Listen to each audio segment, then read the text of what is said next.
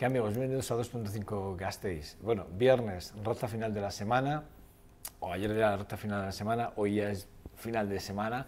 Un programa mucho más corto, ya saben que venimos haciendo 2 horas de programación todos los días, bueno, pues hoy aproximadamente una hora, hora y poco. Hora y poquito.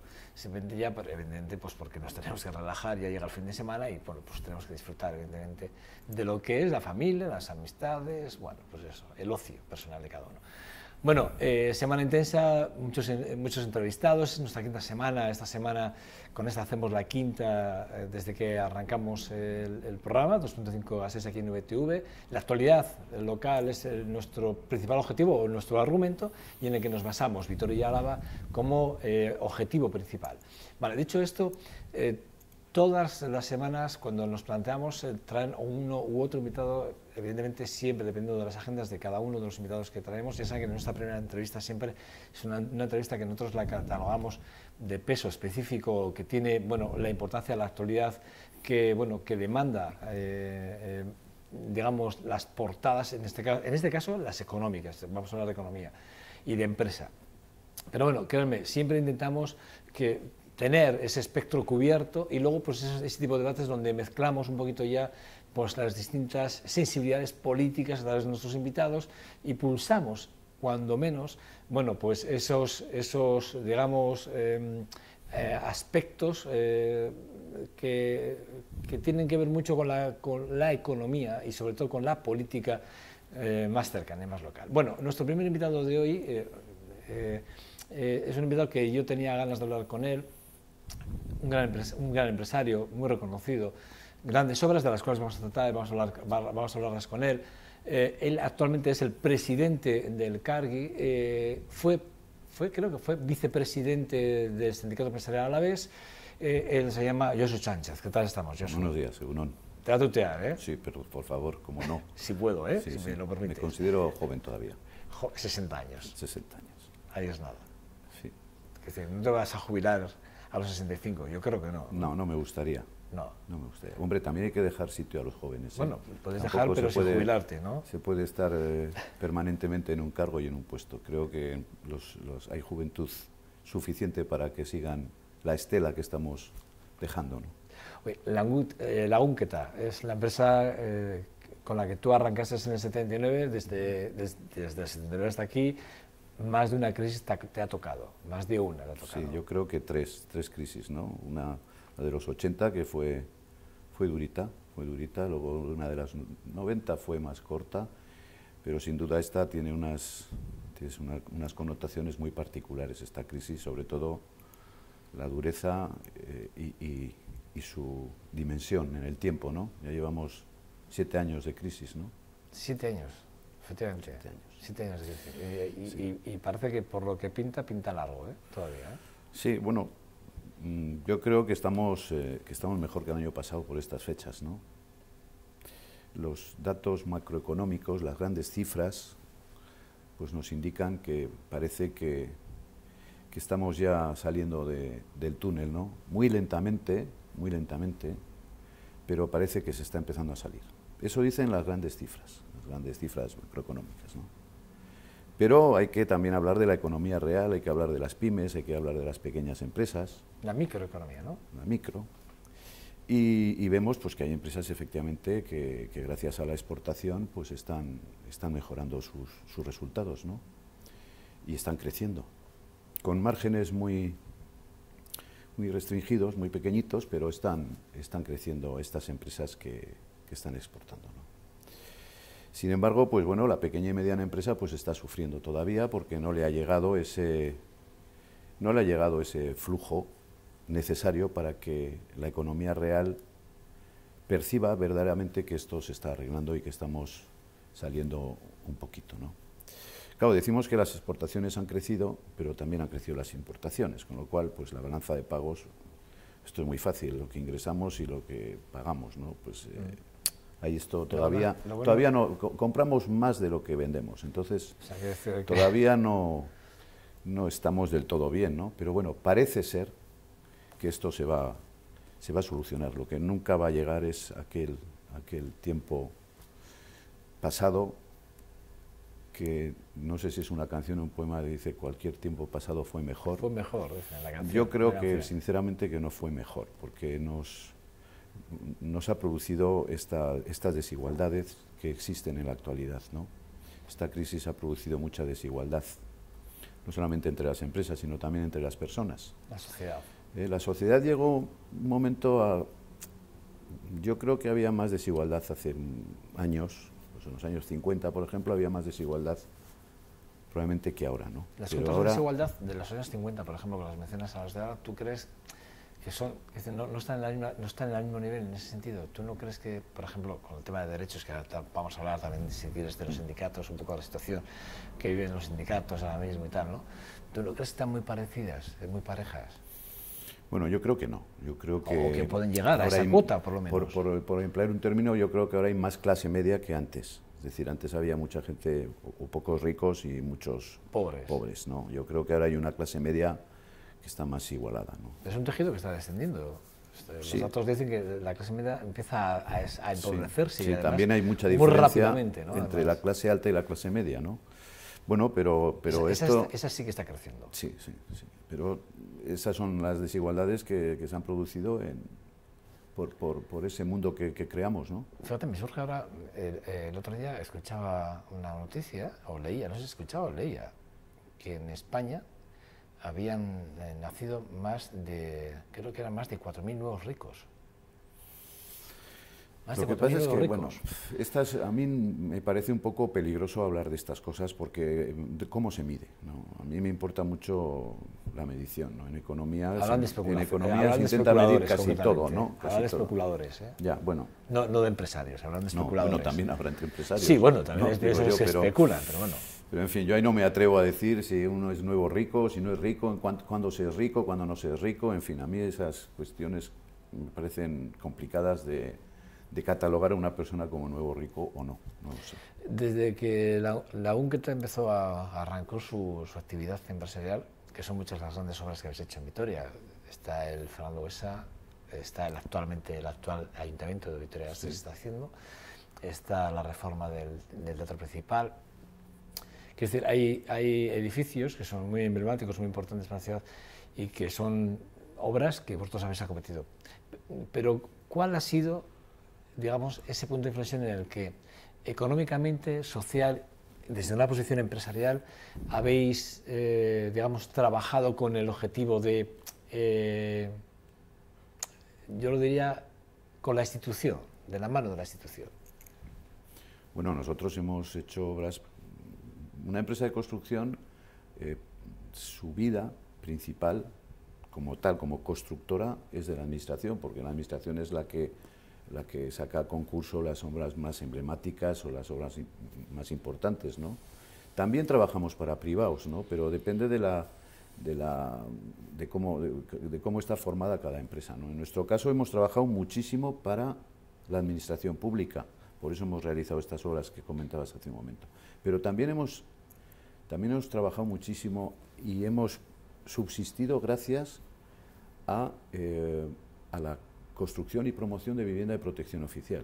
Nosotros durante los últimos 10 años hemos construido en Vitoria mucha vivienda de protección oficial, probablemente excesiva vivienda de protección oficial, porque ahora los números dicen que hay más de 1.000 viviendas vacías en Vitoria de protección oficial. Quiere decir que al final nos hemos pasado de frenada, ¿no? Construimos más viviendas de protección oficial de las necesarias, pero si todos recordáis aquel boom en el que se decía que había en Vitoria 20.000 o 25.000 jóvenes que estaban esperando una vivienda y tal, bueno, pues aquello, los políticos, los responsables de esta ciudad, pues decidieron que era el momento de acometer dos grandes proyectos urbanísticos, como son Salburua y Sabalgana, para poder poner a disposición de nuestros hijos, pues esa demanda que parecía que existía de necesidad de vivienda, ¿no? Y también hemos vivido de eso, no solamente de las administraciones públicas. Las administraciones públicas para nosotros han sido un cliente excelente y sigue siendo un cliente excelente. Es evidente, ¿no? Tiene que ser así, de hecho tiene que ser así. Por supuesto. Hablabas de... ¿Tú no crees que tenemos que cambiar la política del suelo, en el sentido de que, por ejemplo, es más igual un concepto más personal, ¿eh? Igual más, no es tanto político como más una decisión de por qué tenemos que comprar una propiedad y no alquilarla, ¿no? La política de alquiler me refiero, ¿no? Igual ahí sí que toco la parte la parte de la ley horizontal que los políticos igual tendrían que haber tratado, incluso con las declaraciones fiscales pertinentes para haber incentivado igual algo más en ese sentido. Digo, ¿no? Probablemente, lo que pasa es que yo creo que eso está un poco en nuestros genes, ¿no? Por eso decía, desde eso me refería. Aquí, en el Estado español, siempre se ha tenido la idea de la propiedad. Sin embargo, yo que viví unos años en Iparralde, en San Juan de Luz, pues allí es todo lo contrario. Allí se accede a la propiedad, pues mis cuñados, por ejemplo, pues al cabo de 10 o 15 años de su vida laboral, cuando ya la tienen más o menos resuelta, entonces acceden a la propiedad, ¿no? Aquí no es eso, pero bueno, yo creo que es una educación que nos han, bueno, una educación que tenemos y que creo que habría que cambiarla, por supuesto. Yo creo que probablemente con la crisis pues haya personas que están sufriendo para pagar una hipoteca y mantener su vivienda en propiedad, y probablemente pues esas personas lo que tenían que haber hecho es haber alquilado, ¿no? Hasta que su situación personal pues hubiera mejorado un poco. Es lo que tú decías un poco, ¿no? No hemos tenido los pies en el suelo, ni políticos ni ciudadanos, ninguno de los dos. Sí. Ya hemos estado por encima de las posibilidades todos, ¿no? Claro, esto es de todos, ¿no? Porque tenemos tendencia muchas veces a echar la bronca, si vale la expresión, a los políticos, ¿no? Decir, es que no hacen nada, es que no proponen nada, es que... Bueno, también los empresarios tenemos una cierta responsabilidad en ese sentido, ¿no? Cuando hablamos del futuro económico, de cómo va a ser el futuro empresarial de Álava o de Euskadi, también los empresarios tenemos que proponer a la política o a los responsables públicos cuestiones de cómo tiene que mejorar. Para eso estamos, si se dejan. Bueno, eso ya es una cuestión aparte, ¿no? Porque hay veces que, en fin, no hacen no te dan demasiada importancia, ¿no? O toda la que necesitamos, pero bueno. Bueno, a no ser que estés, como estás tú, en un cargo de responsabilidad importante como es el cargo, en el que igual se te mira con otros ojos. Entonces tú sí que tienes alguna forma de, o sí llaman a tu puerta, oye, yo ven aquí, dinos, aconsejanos. Claro, no eres el presidente del cargo, sino eres un gran empresario, un empresario reconocido. Es decir, que de alguna forma sí que tienes un poco, bastante peso específico en las decisiones, por lo menos económicas, de Euskadi. No sé si me estoy explicando. Sí, lo que pasa es que yo creo que la política o los políticos, los mandatarios públicos de este pueblo o de este país, sí nos hacen caso, sí nos reciben. El tema es que en estos momentos yo creo que todos adolecemos de nuevas ideas, ¿no? Estos 7 años de crisis nos han hecho mucho daño y el único fin que hemos tenido los empresarios es en subsistir, en que nuestras empresas pudieran pervivir con un fin, y es el de mantener a nuestros empleados. Yo creo que ahí tenemos que hacer una loa, y no está muy de moda, pero hay que hacerla, hacia el empresario que ha aguantado. Porque la empresa ha aguantado sin beneficios, con pérdidas, y el que lo ha hecho bien, el que guardó, pues ha tenido el suficiente oxígeno para para pervivir, para subsistir durante esta crisis. Pero ha mantenido empleo. También se ha perdido muchísimo empleo. Porque claro, también hay que decir que yo no conozco ningún empresario que se precie, que despida a alguien que no necesita. Pero tampoco conozco empresarios que contraten a personal si no los necesitan. Entonces, bueno, yo creo que el empresariado vasco ha aguantado esta crisis estoicamente y mucho mejor que otros empresarios de otros lugares. Y ha mantenido la empresa, porque hay mucha empresa familiar, hay mucha empresa que es tu modus vivendi. Es decir, tienes que mantener la empresa, mantener empleo, pero también es tu vida. Y esto es complicado. Nada tiene que ver con la empresa familiar, lo que te voy a preguntar ahora, pero sí que tiene mucha actualidad y sí que tiene que ver con parte del discurso que has mantenido ahora. Y es que hay una cosa que ayer estuvieron aquí los de ECN, vamos, los que son el Global Cable, que son los de Cablenor. Es una situación, a mí se me antoja difícil, yo no lo entiendo. O sea, una empresa que no da pérdidas, que está, es verdad que en el grupo en general pues ha ido cerrando empresas, ¿vale? Pero concretamente la de Álava, Vitoria, que mantiene además unas líneas de trabajo muy concretas a nivel global, que solo se hacen aquí, decide despedir a otros trabajadores. De la noche a la mañana dice 143 familias van a la calle. Además, bueno, los indemnizo, es más, ahora están cobrando estando en paro. O sea, perdón, no trabajando, están cobrando el salario, se lo está pagando, se lo está manteniendo la empresa, pero el día 12 de diciembre van a la calle. Fíjate qué situación. Bueno, sí, es una situación muy complicada, pero esto es la globalización, ¿no? Y los actuales propietarios de Cablenor, pues no son de aquí. Son americanos. Es una multinacional que ha decidido pues que la empresa de Vitoria no es suficientemente rentable. Y ahí pues es una injusticia, por supuesto, ¿no? Porque si efectivamente hay que ver si el centro de trabajo de Vitoria está dando beneficio o no. Sí, de momento no había pérdidas. Pues entonces es una injusticia desde todo punto de vista, pero de hecho, el lehendakari Javier Maroto, perdona, Javier Maroto, Javier Andrés y el Íñigo Urkullu, el lehendakari, los tres, claro, se han echado la mano a la cabeza diciendo, ¿pero qué es esto? O sea, y ayer estuvieron aquí ellos y me sorprendí porque en una de las declaraciones que ellos hacían son exclusivos a nivel mundial en la producción de un tipo de cableado concreto y solo lo hacen ellos, en esta fundición de aquí. Y es más, ayer manifestaron que la empresa ha decidido cortar contratos que les estaban entrando. Yo no lo he entendido yo, eso de verdad. No, eso pues para un empresario depende, hay mucho tipo de empresario, ¿no? Vuelvo a repetir que nosotros en Euskadi tenemos un empresariado distinto probablemente al americano. En fin, estos son los empresarios que tendrán...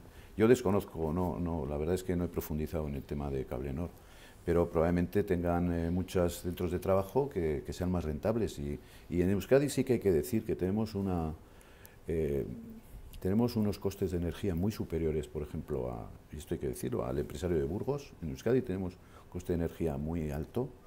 Bueno, esto ya son unas cuestiones técnicas por una línea de 30.000 que, bueno, en fin, no sé, yo tampoco los sé explicar, pero bueno, los tenemos más altos. También tenemos unos costos salariales más altos, seguramente por el boom que tuvimos hace unos años, que los costos salariales subían y subían y subían. ¿No? Hemos ido, en construcción, por ejemplo, teníamos el convenio más alto de todo el Estado, en Álava. Bueno, pues, en fin, yo creo que no es justo que una empresa que esté dando beneficios y que encima tiene un producto muy particular, pues cierre. Por supuesto, además son conciudadanos, ¿no? Son personas que los tenemos al lado, ¿no? Hablabas de la desigualdad antes. Por eso, entonces, bueno, pues... Cosa que además es muy loable, porque no es fácil oírle hablar a un empresario, hablar de desigualdad, No, es como ayer. El empresario también tenemos que volver a nuestros orígenes, porque todos hemos perdido un poco el norte. Los empresarios, y yo me pongo el primero, hemos perdido un poco el norte, ¿no? Y se han perdido muchísimos valores empresariales en aquel boom, en aquella... todos estábamos locos y parecía que nos salía el dinero, con perdón de la expresión, por las orejas, ¿no? Y aquello pues ha creado una pérdida de valores importante, porque al final lo más importante que había aquí era ganar dinero, pero no solamente los empresarios, ni la clase media, todos. Es decir, desde el último peón de una empresa hasta el director general, más o menos, y luego depende de del corazón que tenga cada uno y de sus ideas religiosas, políticas, sociales, pues todos hemos ido a había que ganar dinero, había que comprarse un buen coche, había que comprarse una buena casa, y ahí hemos perdido una cuestión que para mí es primordial, y es el bien común, ¿no? El bien común, que ya es un término que ya no se emplea, aquí nadie habla del bien común, ¿no? Y bueno, pero esto nos daría para otra hora. Te sorprenderías, ¿no? Te sorprenderías, porque sí hay mucho movimiento ahora mismo con el tema del bien común, ¿eh? Bueno, las pymes y las microempresas, ¿no? Y los autónomos, vamos a hablar un poco de ellos, ¿no? Que son sectores que generan más del 47% de la riqueza ahora mismo. Más del 47%, que parece que es una tontería, pero supone más, ahora mismo, creo que si no me equivoco, más del 16% del PIB. Vale. Y una cuestión importante, perdona y tenemos o mantenemos el 90% del empleo. Que no es broma. La pyme está manteniendo el 90% del empleo. Yo siempre pongo, bueno, luego te voy a poner un caso que tengo yo en mi cabeza, que siempre lo tengo ahí y que siempre lo valoro. Bueno, en el actual momento de dificultad financiera, ya no económica, sino sí financiera, ¿no? se me antoja pensar que en las políticas de avales, en las que vosotros además estáis, es importantísima. Quiero decir, porque sin esas políticas de avales en las que vosotros os movéis, muchos emprendedores y muchas empresas a las que están sujetas a condiciones, por ejemplo, hablando de exportación, no podrían acometer. Quiero decir, ¿cuáles son ahora mismo las líneas generales en las que una pyme, una microempresa, un autónomo tiene que acometer para poder acceder a tener esos avales, para poder, por ejemplo, lo último que me surge son los circulantes? Ya, bueno, primero el empresario, el autónomo, la micropyme tiene que tener claro que tiene un proyecto. Es muy importante que tenga un proyecto. Sin proyecto no hay financiación. Pero hoy ya prácticamente todo el mundo habla de los proyectos, es decir, como aquel que habla, no sé, de la charcutería. Por eso, bien, pero tiene que ser un proyecto empresarial serio, y con un plan de negocio, con una buena previsión, con un buen estudio de mercado, qué vas a hacer, qué vas a vender, cómo lo vas a comprar, qué márgenes vas a utilizar. Y una vez de que el empresario tenga ese proyecto, entonces no va a tener problema para conseguir financiación. Puede ir al banco y pedir financiación y el banco le puede decir, mira, estás empezando, tienes una casa, la tienes hipotecada, tienes un coche, no sé, no tienes bienes, en fin. Oye, vete al Cargi, el banco le puede decir, vete al Cargi, porque claro, es importante decir que el Cargi es una compañía, es una sociedad mercantil, también financiera, pero mercantil, que se rige con parámetros mercantiles. Somos 11.000 socios, empresarios, tenemos 70 empleados y somos algo que se creó, somos una compañía que se creó por empresarios y para los empresarios. Es decir, cuando un banco no le da financiación a un empresario, acude al Cargi. ¿Pero por qué? Porque entre los 11.400 empresarios que estamos ahora mismo en el Cargi, de alguna forma, estamos garantizando, le estamos ayudando a este nuevo empresario a conseguir financiación en unas condiciones mejores de plazo, de precio, de las que podría conseguir con un banco. Y es más, el banco, el dinero es muy cobarde, ¿eh? Entonces, para eso está el Cargi. El Cargi es para acompañar al nuevo empresario y al antiguo también, a todos, a conseguir financiación en mejores condiciones y con otras garantías, porque el banco al final es probable que pida garantías, tantas garantías, que el empresario no las puede aportar.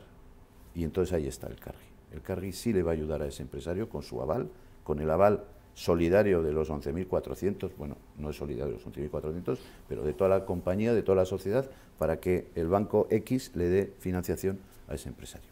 A través de esas avales podemos conseguir reactivar, me refiero a lo que me decías al principio, hay que intentar reactivar la economía. A través de esas avales podemos reactivar, porque hablabas no solo de los nuevos proyectos, sino de los que ya estáis, porque dentro de los que estáis puede haber una expansión y por lo tanto tiene que haber contratación. ¿Eso también se Hombre, primero tiene que haber liquidez en el circuito, es decir, la banca tiene que tener, que parece que la tiene ahora, tiene que tener liquidez para poder prestar. Bueno, de hecho, vosotros tenéis varios acuerdos. Habéis firmado, el año pasado firmasteis con Deutsche Bank. Sí, además, un tema de exportación. Sí, eso te voy a decir, que era muy importante porque era un acuerdo a nivel internacional, claro, y permite a las empresas a la hora de exportar poder trabajar a través del Deutsche Bank. Eso es. Pero también aquí estáis trabajando con los bancos nacionales, ¿no? Sí, nosotros tenemos acuerdo con casi todos los bancos. ¿Cuáles son las líneas de negociación en ese sentido que favorecen, por ejemplo, el crecimiento de la contratación o los proyectos a través del Cargi? Bueno, porque no todos están en la misma línea, entiendo, sí, no todos los bancos. Sí, hombre, hay bancos que son más proactivos a la hora de financiar a pymes que otros, sin ninguna duda, ¿no? Eso es así, las políticas de los bancos, pues cada uno tiene su política. Ahora parece ser que la banca está volviendo a acudir al crédito, pero es por lo que te decía hace un momento, porque la banca en este momento tiene liquidez, ¿eh? Durante los años de crisis la banca también ha sufrido mucho y fíjate lo que ha ocurrido con las cajas, ¿no? Que de 27 cajas o no sé cuántas, pues ahora resulta que no sé si hay 6. Sí, bueno, o bancos, porque ya no son cajas, son bancos. Bueno, quedan dos cajitas ahí en bueno, y la nuestra, ¿no? Que es para obra social. Sí. Entonces, bueno, pues volviendo al asunto, yo creo que el Cargi es necesario para eso, Es uno de sus fines es ese, el que las empresas puedan conseguir financiación, que nunca no siempre se consigue, porque claro, las empresas también tienen que ser solventes hasta un punto, ¿no? O sea, lo que no puede ser es una empresa... Hablamos de la liquidez antes, evidentemente. Sí, pero una empresa que esté en quiebra, que tenga unos fondos propios negativos, que tenga pérdidas continuadas, pues a esa empresa, pues también nosotros hay veces que le decimos al empresario, mira, es que tu proyecto no tiene futuro, tu proyecto empresarial no tiene futuro, tienes que cerrar, desgraciadamente. Fíjate, hablamos de los avales, que es una pieza importante para mí del carry, es para mí uno de los pilares importantes del carry. Pero sin embargo, el año pasado, en el 2013, formalizasteis un 30% menos de avales. Sí, bueno, esto hay que explicarlo. Y una moratoria de un 8,3%. Ya, pero hay que explicar porque en el año 2009 el gobierno vasco, y gracias a esa política que hizo, hay muchas empresas que han subsistido, arbitró una línea de financiación para circulante. ¿Qué ocurre? Pues que muchísimas empresas acudimos a aquella línea de financiación, es decir, el gobierno vasco fondeó el dinero, puso 600 millones de euros a disposición de las empresas a través de las entidades de préstamo, ¿no? Y eso supuso un boom en el número de operaciones que se realizaron. Por eso pero ¿qué ocurre? Que el año 2009 y el año 2010 se realizaron esas operaciones, pero luego ya no se acabó el circulante. Y ya esa línea de financiación desapareció, con lo cual se ha producido una vuelta a lo que éramos antes del 2009, que aproximadamente se realizaban las mismas operaciones con las mismas cuantías que se están realizando en la actualidad. O sea, que más o menos. Desde el 2009, que ello fue una punta extraordinaria y extraña. O sea, pero vuelvo a repetir que gracias a eso muchas empresas han vivido y se han mantenido en tiempos duros. Pues decían de lo de circulante, que era para circulante. Claro, pero eran proyectos posibles.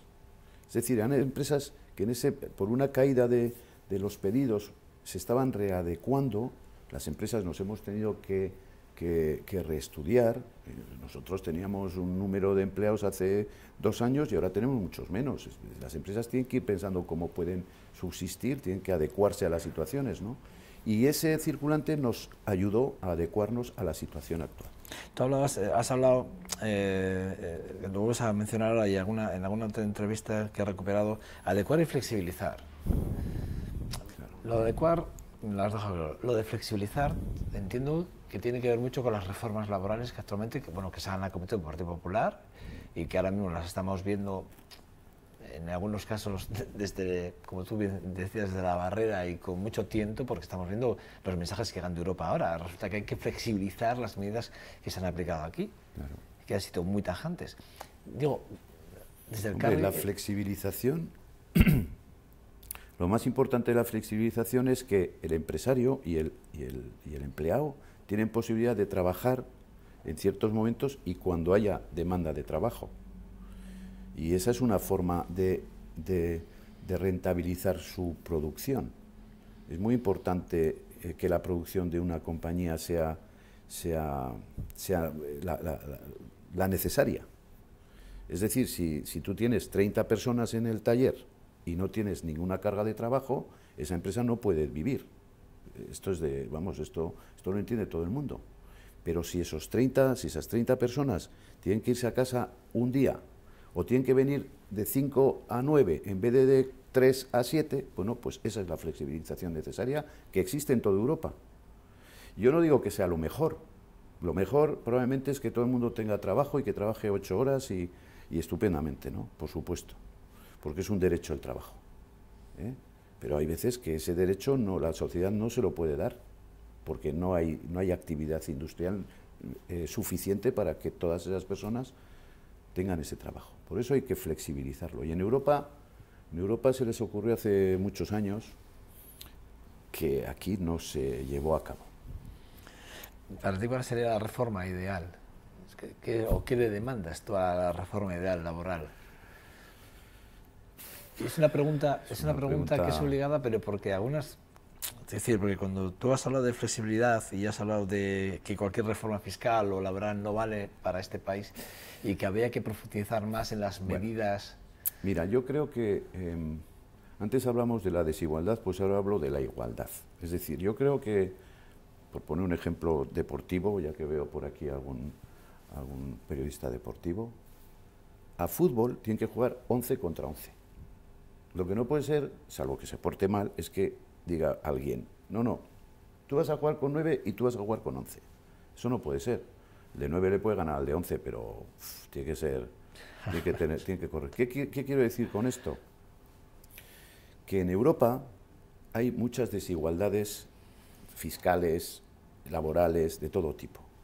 Y ahí sí que la reforma laboral tendría que tender a adecuarnos, igual ellos también a lo nuestro y nosotros a lo de ellos, adecuarnos a nuestro entorno europeo.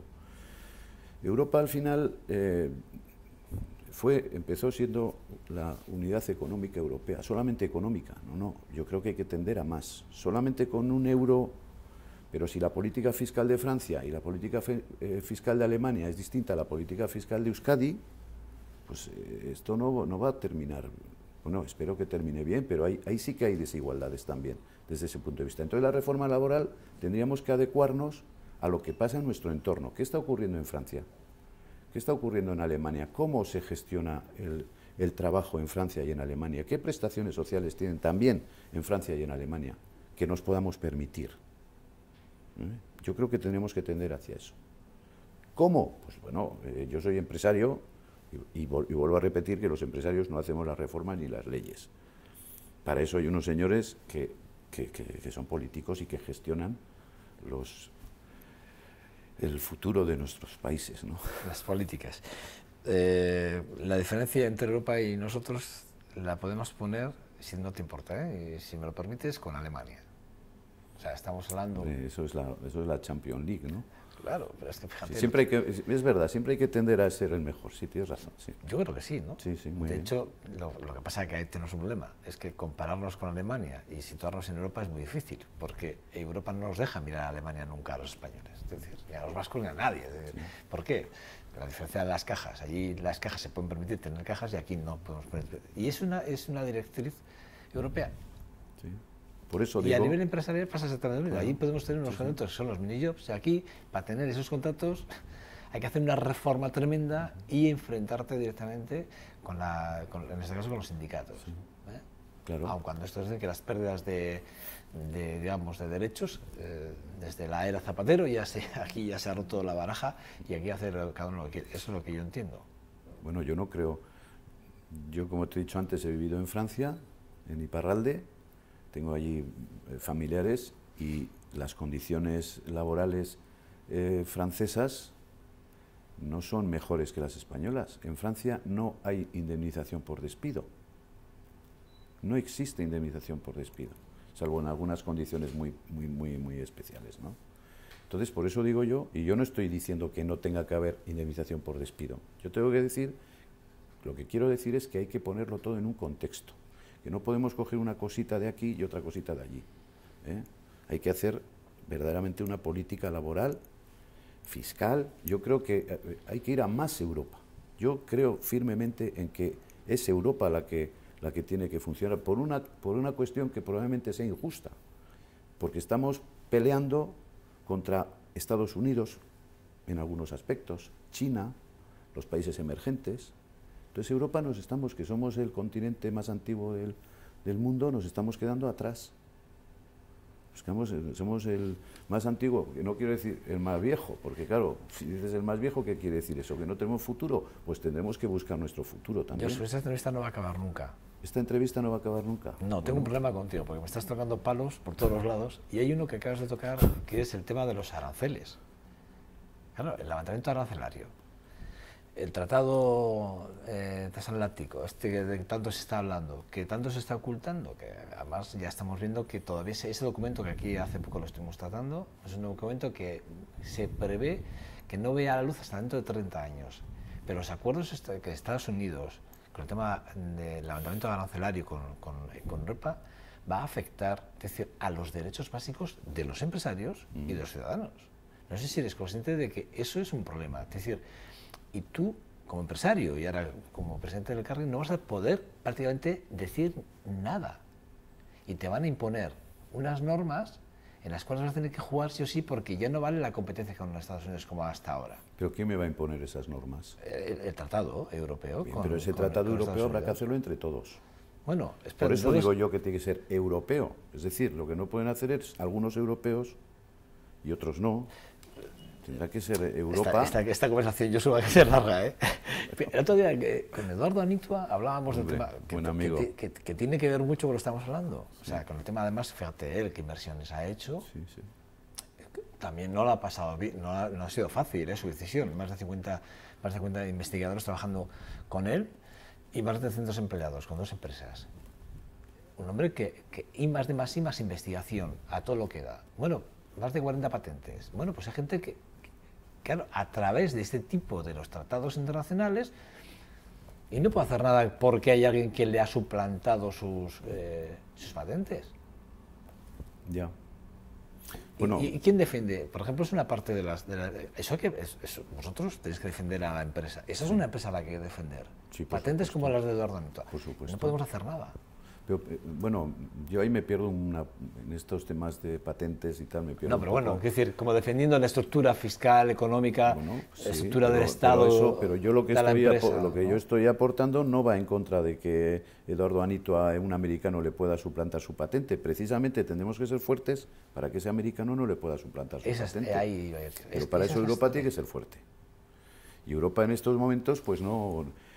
yo creo que tenemos unas divisiones, se está viendo las divisiones entre países, pues que no estamos llegando a un buen fin y tendremos que hacer algo para que Europa sea más.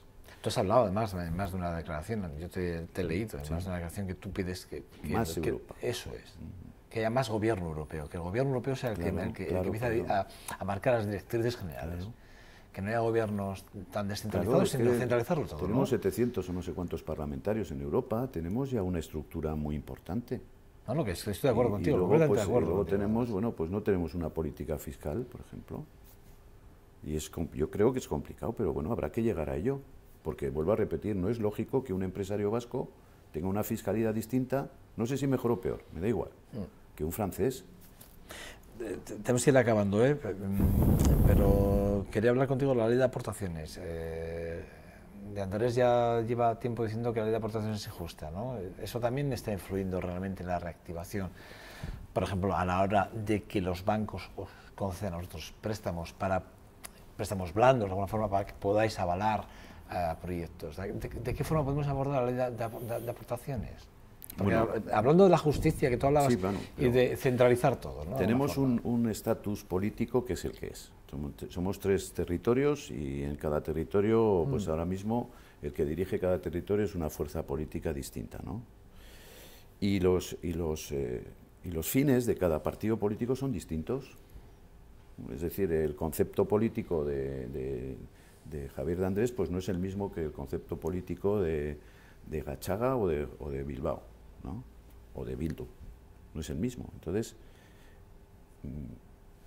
habrá que llegar a un acuerdo. Es decir, la política es no sé si lo he dicho ya, la política es el arte de acordar. Y para eso están ahí, para acordar.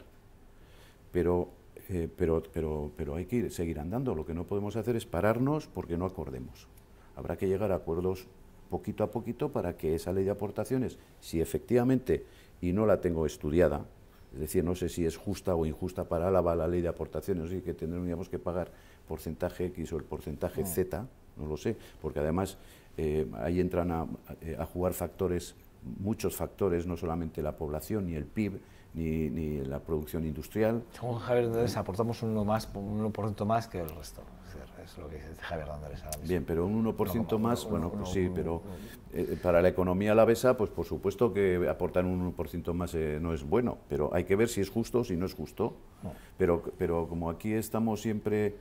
yo hay muchas veces que es difícil entender cuando discuten o cuando discutimos, ¿no? Porque a la hora de defender tus postulados, bueno, pues... esto es un poco como el mus, ¿no? Que al final estás un envite, pero no dices las cartas que tienes. Bueno, ese es el arte de la política también, que al final los políticos hay veces que en esas discusiones que tienen no enseñan las cartas demasiado, ¿no? Porque creen que pierden poder. Pero bueno, habrá que eso también, esa ley habrá que pactarla. Y luego está el gobierno vasco por encima, ¿no? Que también hay que contar con él, porque nos hemos creado somos una autonomía, es decir, somos un país, ¿no? ¿Necesitábamos alguna reforma fiscal más allá de la que hasta ahora mismo tenemos planteada?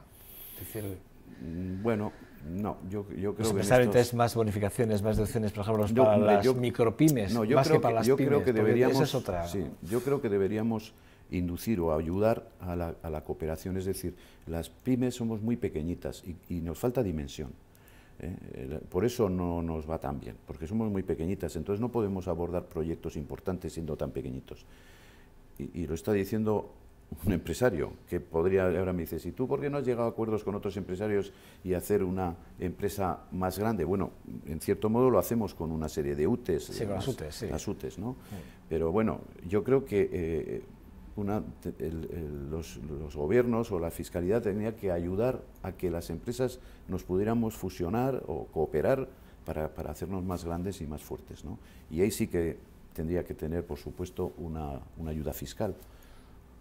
¿Se le puede tirar de las orejas al Grupo Mondragón por lo que pasa con Fagor? ¿A quién? Al Grupo Mondragón, por lo que pasa con Fagor. ¿Se les puede tirar de la oreja o no? Yo creo que al Grupo Mondragón, después de lo que ha hecho por Euskadi, es muy difícil tirarle de las orejas, porque ha hecho una cosa muy importante.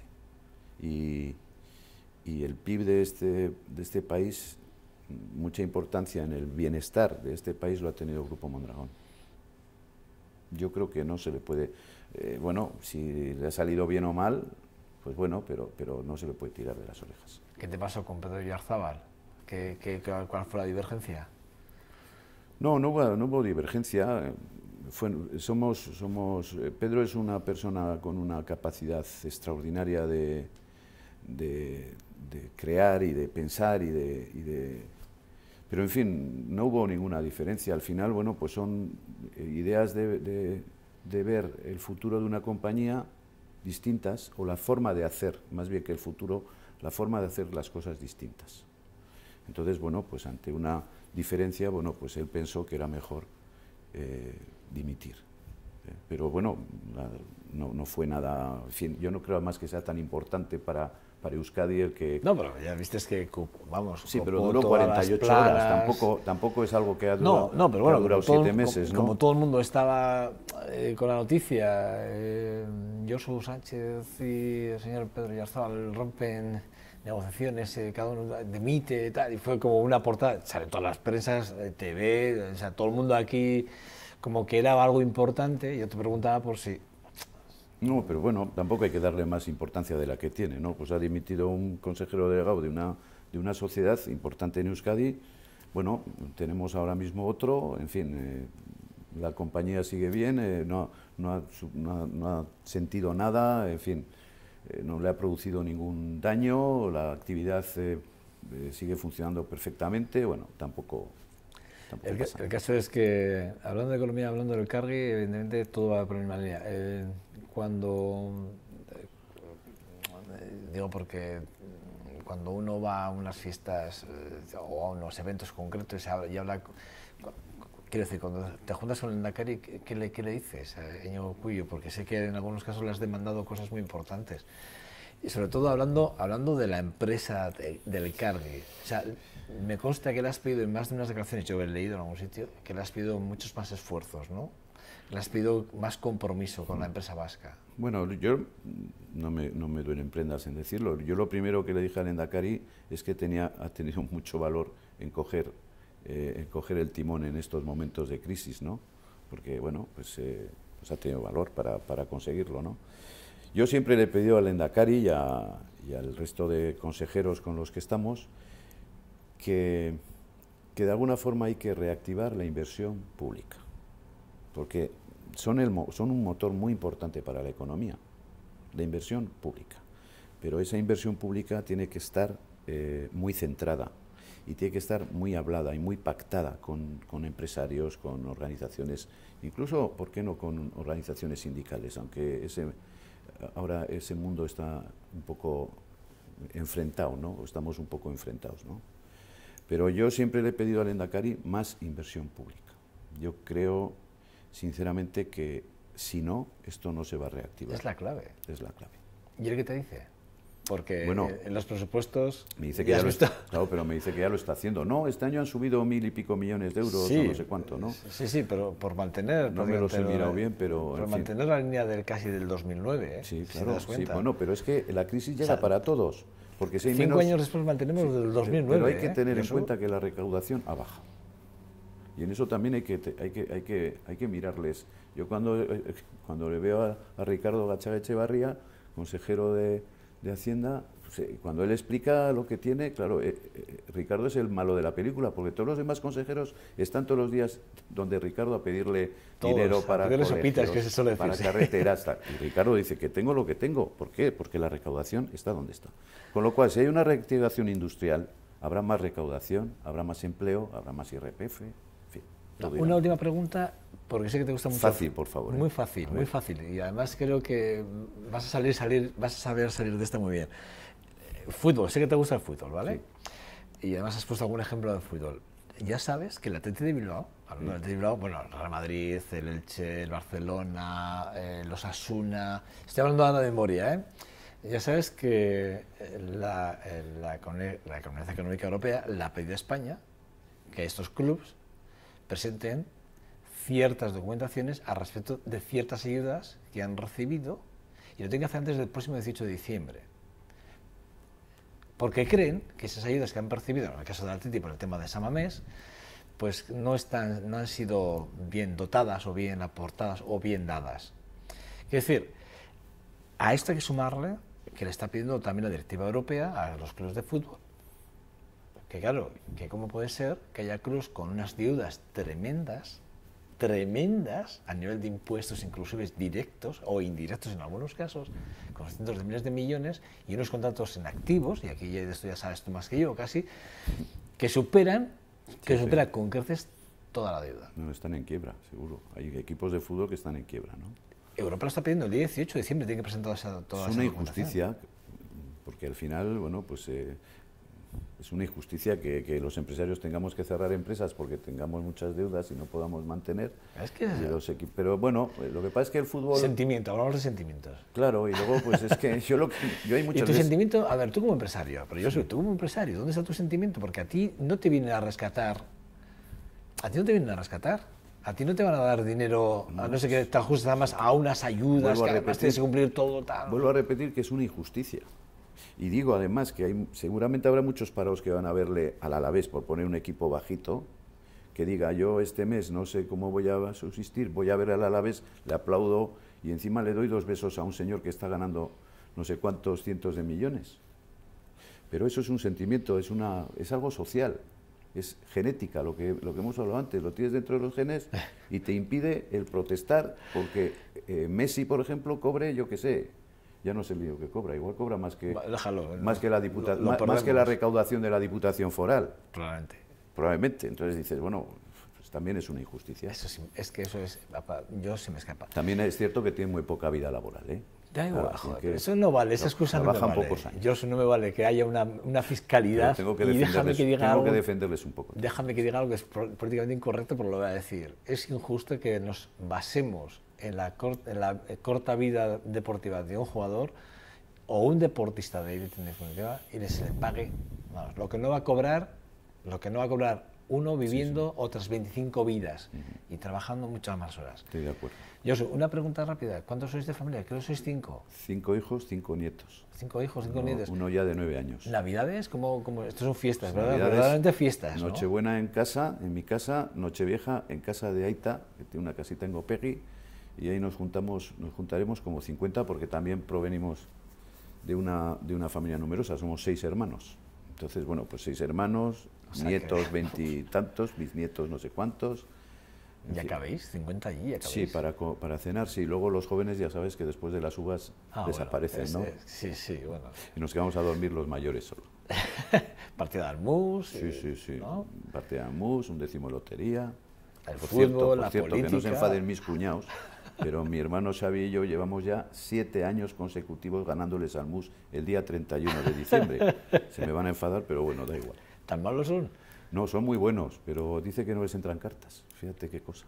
O sea, que mentís mucho vosotros, entonces. No, nosotros nos entran cartas y a ellos no. Yo soy Sánchez, la verdad Bueno. es que ha sido un verdadero placer, ¿eh? Ha sido un verdadero Muchas placer esta gracias. conversación. Me quedan muchas cosas, pero bueno, creo que en 50 minutos, casi una hora de entrevista. Bueno, yo es que no te podía dejar escapar, necesitaba tenerte aquí y hablar contigo. Hemos hablado de muchas cosas, yo creo que habrá que sacar ahora titulares de algunas de las cosas que has dicho y bueno, yo luego esta entrevista me la voy a ver en casa tranquilamente. Espero que también me dejéis verla a mí. Sí, sí, seguro, ¿no? Luego te vamos a mandar un enlace para que la tengas, pero yo me la voy a ver luego en casa tranquilamente porque he estado ahí dándole vueltas a muchas cosas en la cabeza y hay cosas que se me quedan ahí en el tintero. Muy bien. Como te voy a tener más veces, a partir Sí, de ahora ya cuando nos quieras. conocemos. Sí, no hay problema. Te va a llamar más veces, ¿vale, Josu? Muy bien, muchas gracias. Un verdadero placer y si no nos Igualmente. vemos antes de Navidades, felices Pascuas, ¿vale? Igualmente, Mis muchas mejores gracias. deseos, ¿eh? Para ti y para tu familia, ¿vale? Muy A bien. ustedes espero en 2 segundos. Vamos a ir a la tertulia con 3 muy buenos amigos. Una pausa muy breve. Hasta ahora.